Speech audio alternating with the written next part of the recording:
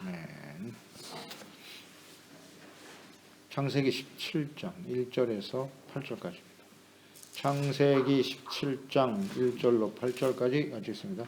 아브라함이 99세 때에 여호와께서 아브라함에게 나타나서 그에게 이르시되 나는 전능한 하나님이라 너는 내 앞에서 행하여 완전하라 내가 내 언약을 너와 너 사이에 두어 너를 크게 번성하게 하리라 하시니 아브라함이 엎드렸더니 하나님이 또 그에게 말씀하여 이르시되 보라 내 언약이 너와 함께 있으니 너는 여러 민족의 아버지가 될지라 이제후로는 내 이름을 아브라함이라 하지 아니하고 아브라함이라 하리니 이는 내가 너를 여러 민족의 아버지가 되게 함이니라 내가 너로 심히 번성하게 하리니 내가 내게서 민족들이 나게 하며 왕들이 내게로부터 나오리라 내가 내 언약을 나와 너 및 내 대대 후손 사이에 세워서 영원한 언약을 삼고 너와 내 후손의 하나님이 되리라 내가 너와 내 후손에게 내가 거류하는 이 땅과 가나안 온 땅을 주어 영원한 기업이 되게 하고 나는 그들의 하나님이 되리라. 아멘.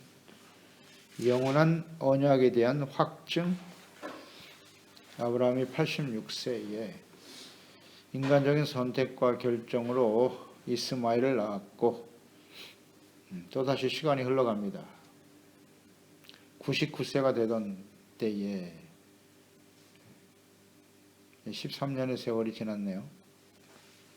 이때 하나님께서 아브라함에게 다시 나타나셔서 하나님이 주셨던 이 언약을 확증시켜 주시고 이를 위해서 이름을 바꾸어 주시는 계명하는 일이 벌어졌네요. 하나님께서 주시는 영원한 언약 1절에 여호와께서 아브라함에게 나타나서 그에게 이르시되 나는 전능한 하나님이야. 이걸 강조하셨네요. 나는 전능한 하나님이다. 너는 내 앞에서 행하여 완전하라.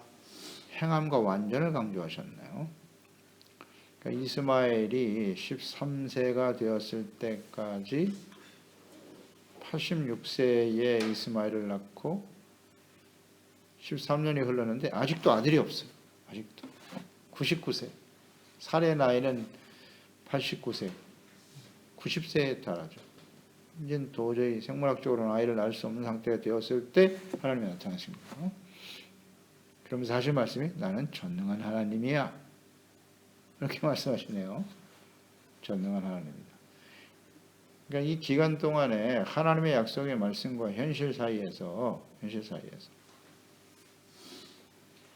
이 아브라함은 끊임없이 갈등하게 되는 거죠.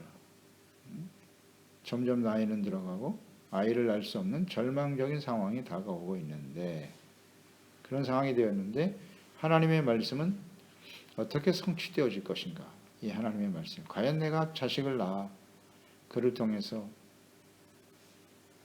하늘의 별과 같이 많은 그런 민족을 이룰 수 있을 것인가? 계속 이제 의심이 드는 거죠. 금방 응답이 안 되네요. 하나님의 말씀이 응답이 안 돼. 그러면서 믿음이 온전하지 못한 그 상태에 있을 때 전능한 하나님이라고 하시면서 나타나셨어요. 그러니까 하나님께서는 뭐 아브라함의 그 마음의 상태라든지 믿음의 상태를 정확하게 알고 계시죠. 중심을 보고 계시기 때문에 전능하신 하나님이야. 네가 생각할 땐 불가능하다고 생각하지. 그러나 나는 전능한 하나님이시라는 걸 분명히 알기 바란다. 나는 할 수 있어. 모든 것을 할 수 있는 하나님이야. 이렇게 말씀하셨어요.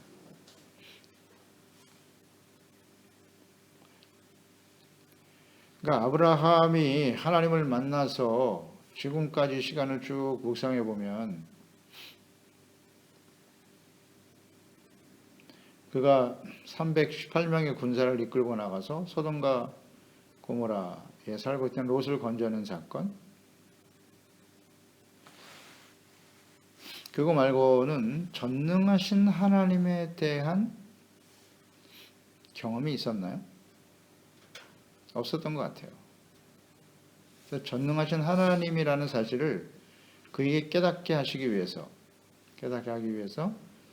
이렇게 오랫동안 연단하시면서 믿음으로 이렇게 지금 테스트하고 계시는 것이다. 훈련하고 계시다. 이렇게 보여지네요. 아브라함과 사레 도저히 나올 수 없는 불가능한 상태에서 하나님이 계속 그 약속을 확증시켜주고 계세요. 언약을 주시고. 이게 바로 믿음의 테스트 아니겠습니까? 이런 게 믿음의 테스트예요. 믿음의 훈련. 그러니까 하나님의 말씀이 이루어지는 게 소망인데 아브라함은 믿음의 조상이니까 그 믿음은 인내와 연단과 이 과정을 거쳐서 소망을 이루어가는 것이다. 이건 믿음의 공식이에요.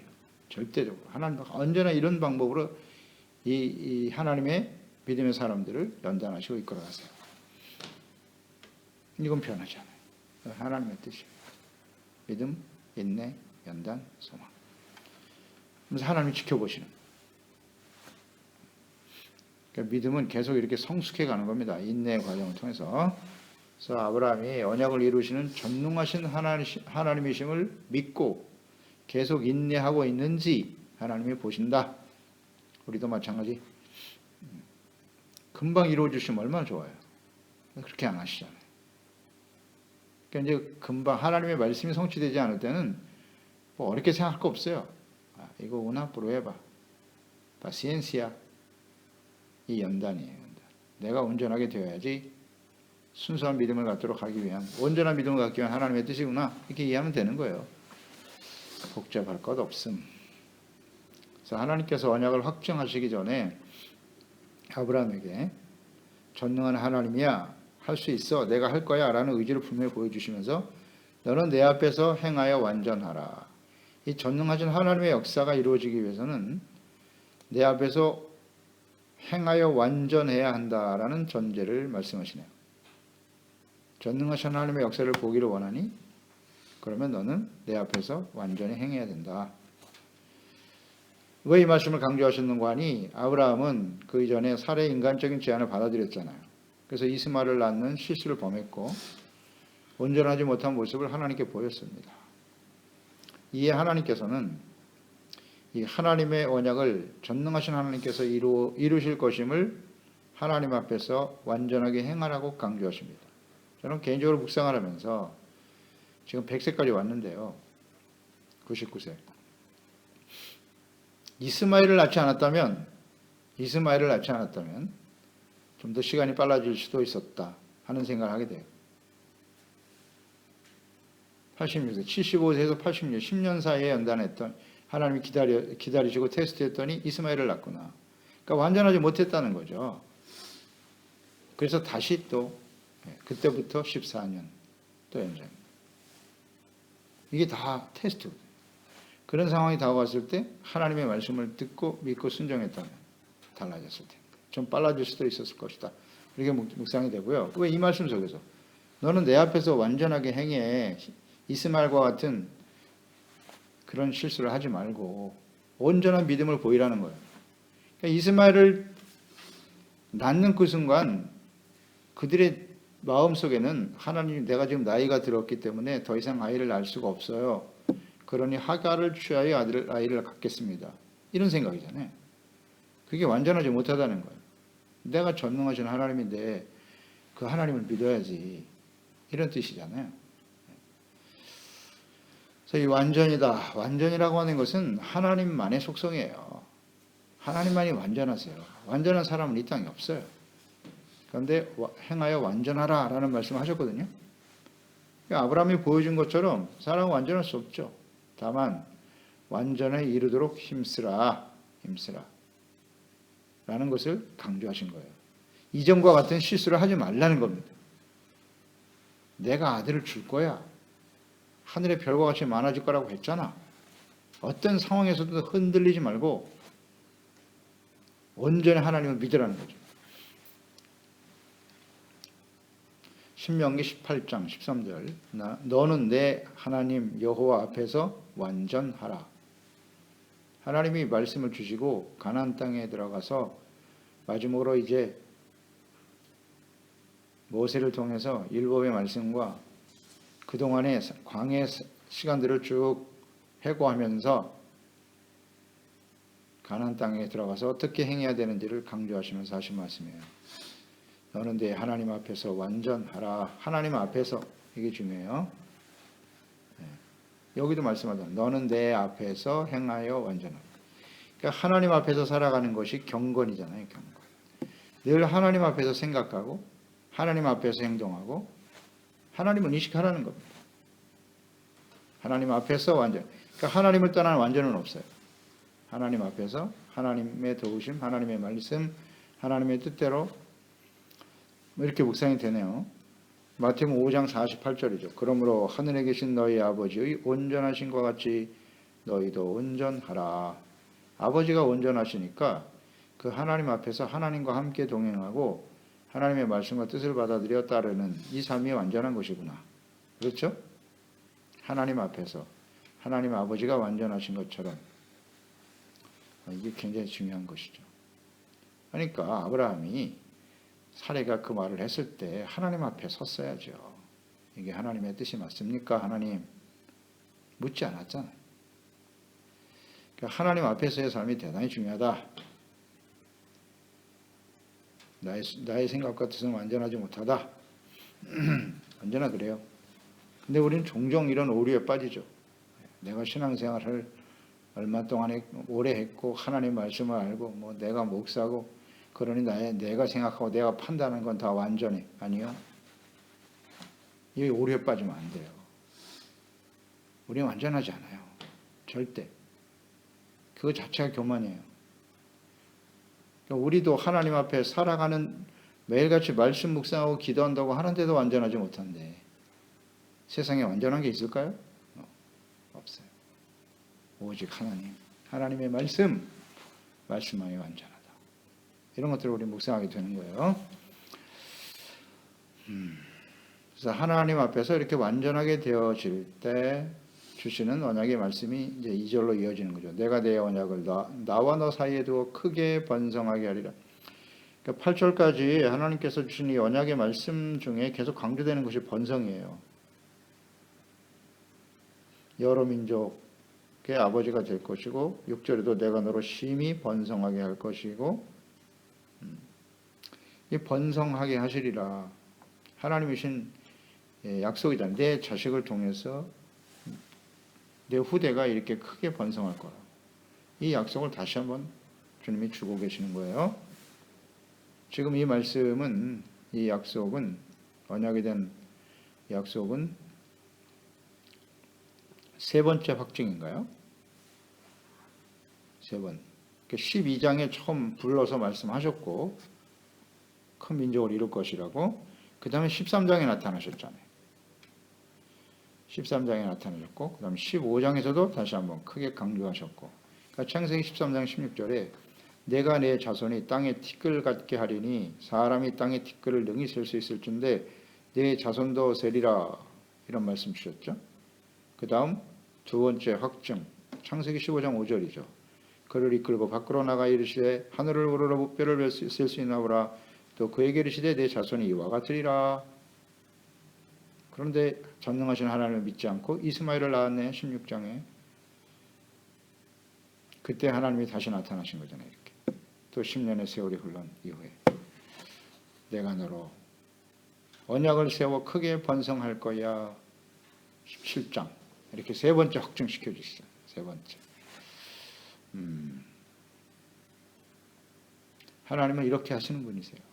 우리가 완전하지 못하니까 계속 나타나셔서 뭐 새로운 걸 주시는 게 아니에요. 과거에 주셨던 약속을 이렇게 계속 확증시켜 주시는 거예요. 성경 말씀에 나타난 하나님의 뜻이 언제나 그래요. 하나님께서 하신 말씀들이 역사 속에 점진적으로 이렇게 나타나게 되는데 그 뜻이 새로워지는 게 아니라 확증되는 거예요. 확증되는 겁니다. 그러니까 이렇게 이 하나님이 주셨던 말씀들이 모세를 통해서 그 언약과 연결이 되어 있어요. 모세를 통해서 하나님의 율법에 나타난 하나님의 언약이 나타나 있는데 역시 같아요. 내용은. 언약의 내용은 크게 번성하게 되리라. 그래서 다윗을 통해서 이 언약이 다시 재확인되죠. 궁극적으로는 예수 그리스도를 보내심으로써 이 언약이 성취되는 거예요.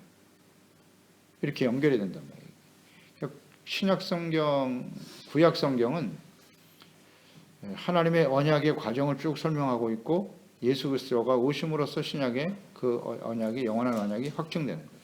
예수님을 직접 보내심으로써 확증. 이게 하나님의 뜻이 전체적으로 똑같잖아요. 하나님의 뜻은요. 선지자들을 통해서 계속 확인시켜 주셨고 예수님을 통해서 확증하셨다. 그러니까 우리는 이 시대에 살고 있지 않습니까? 성령을 보내주시고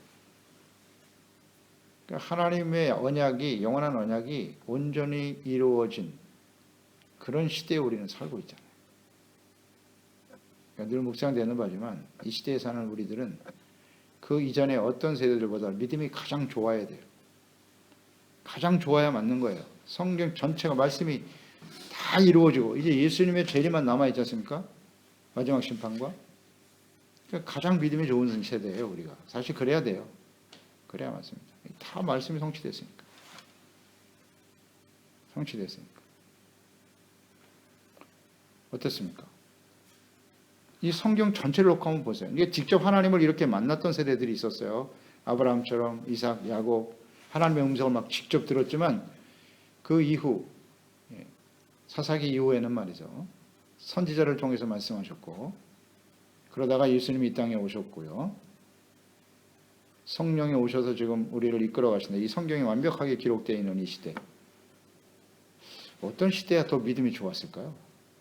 저는 이 시대가 가장 믿음이 좋은 세대라고 봅니다. 그런 상황을 주셨어요. 하나님이. 완벽하게. 우리의 믿음의 근원은 하나님의 말씀과 하나님의 뜻에 맞춰져 있으니까. 이렇게 하나님의 말씀을 가까이 할 수 있는 시대가 있었나요? 있었나요? 없었어요. 종교개혁, 마틴 루터가 있을 때만 해도 그 성경은 몇몇 사제들만 보고 있었다고요. 사제들만 보고 있었어요. 그래서 산업혁명이 일어나면서 출판, 그때 인쇄가 발전한 거 아니에요. 그래서 성경을 찍어냈잖아요. 모든 사람들에게 돌려주는. 그것도 일부죠, 일부. 그러나 오늘 이 시대 보세요, 이 시대. 전파 하나 가지고 말이죠. 어디서든지 하나님의 말씀을 대할 수 있고. 이런 시대가 어디 있습니까? 가장 믿음이 좋은 세대였죠, 지금이. 뭐 이렇게 좋은 환경 속에서 하나님을 믿지 못한다면 그 받을 심판이 굉장히 클 것이다. 이렇게 묵상이 되네요. 3절에도 말씀하여 이르시되 보라 내 언약이 너와 함께 있다. 너는 여러 민족의 아버지가 될 거야. 여러 민족의 아버지. 그 3절에 보면 아브라함이 엎드렸다. 하나님이 나타나셨을 때 아브라함의 태도죠. 엎드렸다. 하나님께 말씀하실 때. 그 엎드린다는 뜻이 그게 예배예요. 예배의 단어의 의미가 엎드린다는 거예요. 그러니까 이렇게 하나님 앞에 엎드렸다는 것은 하나님에 대한 겸손을 의미하는 것이고 또 경배의 태도죠. 그리고 예배의 바른 자세. 엎드리는 거예요. 하나님 앞에서. 엎드릴 수밖에 없죠. 전능하신 하나님을 믿지 못하고 이스마엘을 낳는 엄청난 실수를 범했으니까. 온전하지 못한 자신의 모습. 하나님은 하나님 앞에서 완전하라고 하는데 저는 완전하지 못합니다, 하나님. 그러니까 엎드려지는 거예요. 이전에 행했던 실수와 죄로 엎드릴 수밖에 없었던 아브라함의 모습. 온전하지 못한 사람들이 하나님 앞에서의 기본적인 태도예요, 이게. 이게 예배의 기본적인 태도라고. 엎드렸다. 13장, 17장 3절. 예배의 가장 중요한 의미가 여기 들어있구나. 그러니까 예배를 보세요. 예레미야 2장 19절에 보면 이런 말씀 있죠. 내 악이 너를 징계하였고 너의 반역이 너를 책망할 거야. 그런즉 내 하나님 여호와를 버림과 내 속에 나를 경외함이 없는 것이 악이요. 그게 악이랍니다. 고통인 줄을 알아라. 주 만군의 여호와의 말씀이니라. 이게 하나님 앞에 나아가는 엎드릴 수밖에 없는 우리의 모습이잖아요. 너의 죄악으로 인해서 내가 징계를 받는 거고 내가 반역하기 때문에 내가 너를 책망할 수밖에 없다. 예레미야 시대까지 지금 왔잖아요. 이스라엘. 그런즉 내가 하나님을 버리고 또 내 속에 나를 경외하는 것이 없다는 것 자체가 악이야. 이렇게 정의를 분명하게 내려놓으셨네요. 하나님을 경외하지 않고 하나님과 그 말씀을 버렸다는 거예요. 그 자체가 악이다. 그러니까 이것은 모든 시대에 하나님의 사람들에게 그대로 적용이 되는 말씀이에요. 진리니까요. 교훈입니다. 그래서 예배가 필요한 거예요. 우리가 끊임없이 하나님의 말씀을 버리고 하나님을 경외하고 두렵고 떨리는 마음으로 주님을 섬겨야 되는데 그렇지 않잖아요. 그래서 엎드려지는 거예요. 그게 예배입니다. 그럴 때 하나님이 주신 약속이 너는 여러 민족의 아버지가 될 거야. 여러 민족의 아버지가 된다. 하나님께서 자손을 하늘의 별과 같이 많게 하실 것이라 지금 확증해 주시는 겁니다. 여러 민족의 아버지 조상이 된다는 뜻이에요. 따라서 이 언약의 확증을 위해서 하나님이 5절에 후로는 내 이름을 아브라함이라 하지 아니하고 아브라함이라 하리니 이는 내가 너를 여러 민족의 아버지가 되게 함이니라. 이름을 바꿔주셨네요. 내가 너를 심히 번성하게 할 거야. 내게서 민족들이 나게 하며 왕들이 내게로부터 나오리라. 다시 한번 확증시켜 주시는 거죠. 이름을 바꿔주셨어요. 아브라함은 고귀한 아버지란 뜻이고 아브라함은 열국의 아버지란 뜻이란 말이에요. 의미가 다르죠. 여러 민족의 아버지와 조상이 된다라는 약속을 하셨네요. 이름을 바꿔주심으로써. 이제 하나님의 말씀 같듯이 온전히 이루어질 것이다. 확증해 주시는 사건. 그러니까 아브라함을 통해서 이루실 구원의 역사에 대한 언약과 예언의 말씀, 하나님의 뜻이죠. 그러니까 이 하나님의 영원한 언약이라는 걸 강조하시면서 이것은 궁극적으로 하나님이 보내실 하나님의 아들 예수 그리스도를 통해서 성취되어질 언약인 것이죠. 모든 민족이 너로 말미암아 복을 받는다. 그대로 이루어지는 겁니다. 갈라디아서 3장 9절이하에 그러므로 믿음으로 말미암은 자는 믿음이 있는 아브라함과 함께 복을 받느니라. 14절에 이는 그리스도 예수 안에서 아브라함의 복이 이방인에게 미치게 하고 또 우리로 하여금 믿음으로 말미암아 성령의 약속을 받게 하려 하심이니라. 아브라함의 복이 예수 그리스도 안에서. 믿음으로 아브라함이 받은 복이 뭐라고요? 믿음으로 의롭다함을 얻는 것입니다. 의. 열국의 아비, 그의 후손, 믿음의 자손들이라는 거죠. 내게서 모든 민족과 왕들이 나오게 될 것이다.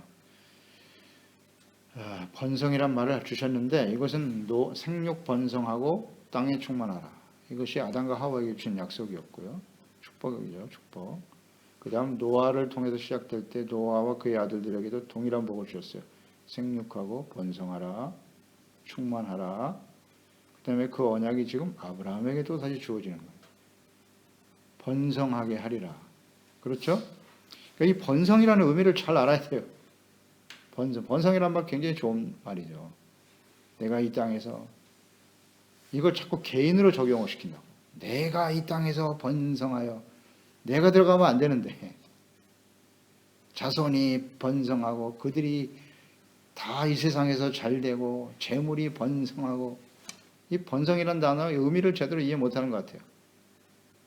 이 번성이라고 하는 것은 언약이잖아요. 아담, 그 다음 노아, 아브라함. 사람을 만드신 하나님의 목적이 뭐냐는 거죠. 목적. 하나님이 다스리시는 하나님의 나라, 하나님의 의에 거룩한 백성들이 많아진다는 뜻이에요. 이걸 이해를 못하면 안 됩니다. 번성은 하나님이 신 축복인데 그 번성은 내가 잘 되는 게 아니라 그건 그 다음이고 하나님이 다스리시는 하나님의 나라, 의롭고 거룩한 백성들이 많아지는 거다. 그렇지 않나요? 이게 안 되니까 연단을 시키는 거야. 하나님께서 연단. 아무렇게나 해서 인간의 생각과 뜻과 결정으로 그저 여기저기 자손을 많이 낳으면 그게 번성 아니겠는가? 아니라는 거잖아요. 이스마엘도 낳고 뭐 하갈만 취하겠어요? 자기가 맘만 먹으면 얼마든지 취할 수 있지. 또 다른 여자를 취해서 또 자식을 낳고 이게 번성 아니겠어? 아니요. 이걸 이해를 못하는 거예요. 솔로몬 같은 경우도 이 말씀을 이렇게 적용하면서 묵상하게 되는 거예요. 여인이 1000명이다. 근데 그럴 능력이 있어. 하나님 나에게 복을 줬으니까. 그러니까 그 모든 1000명이나 되는 여자들에게 자식을 낳아 번성한다? 그게 번성일까요? 우상 섬기는 여인들을 끌어들여서 자식을 낳는 게 번성입니까? 아니요. 이거 의미를 몰라. 의미를 몰라. 오늘날 이 번성이라는 단어를 잘못 이해하고 있는 성도들이 상당히 많아요. 그러니까 이 신약 성경에 구약 성경에 처음 창세기부터 시작된 이 번성이라고 하는 이 단어, 생육 번성하고 충만하라. 이걸 바르게 이해해야 합니다. 하나님의 다스림을 받는 원래 모습이잖아요. 하나님이 지으신 처음의 사람의 모습, 하나님의 형상대로 지음받은 사람들이 많아진다는 겁니다. 그렇지 못하니까 싹 쓸어버리잖아요. 노아 시대에 그 의미가 무엇인가? 왜 번성케라고 하시는 하나님께서 홍수로 싹 쓸어버리시냐 세상을? 이걸 이해해야죠. 그래서 하나님이 아브라함을 선택하신 것이고 이스라엘 백성들을 선택하신 것이고 예수 그리스도 안에서 우리를 구원하신 겁니다. 이런 걸 해야 되는데 궁극적으로는 예수 그리스도를 통해서 십자가 주신 것 부활을 통해서 구원을 이루시고 모든 민족들과 이방인들이 구원을 받게 될 것이다. 이게 번성의 의미예요. 그래서 우리는 기도할 때 이렇게 하라고 강조하신 거예요. 하나님의 이름이 거룩히 여김을 받으시고 하나님의 나라와 뜻이 이루어지는 거예요. 그러면서 이제 7절에 구체적인 내용을 말씀하셨네요. 하나님께서 아브라함의 후손들을 크게 번성하게 하시는 목적은 뭐냐? 7절에 내가 내 언약을 나와 너 및 내 대대 후손 사이에 세워서 영원한 언약을 삼을 건데 너와 내 후손의 하나님이 되리라. 이게 중요한 거지요. 내 후손의 하나님이 된다고. 내가 너와 내 후손에게 내가 거류하는 이 땅, 곧 가나안 온 땅을 주어 영원한 기업이 되게 하고 나는 그들의 하나님이 되리라. 아멘. 이게 뜻인데.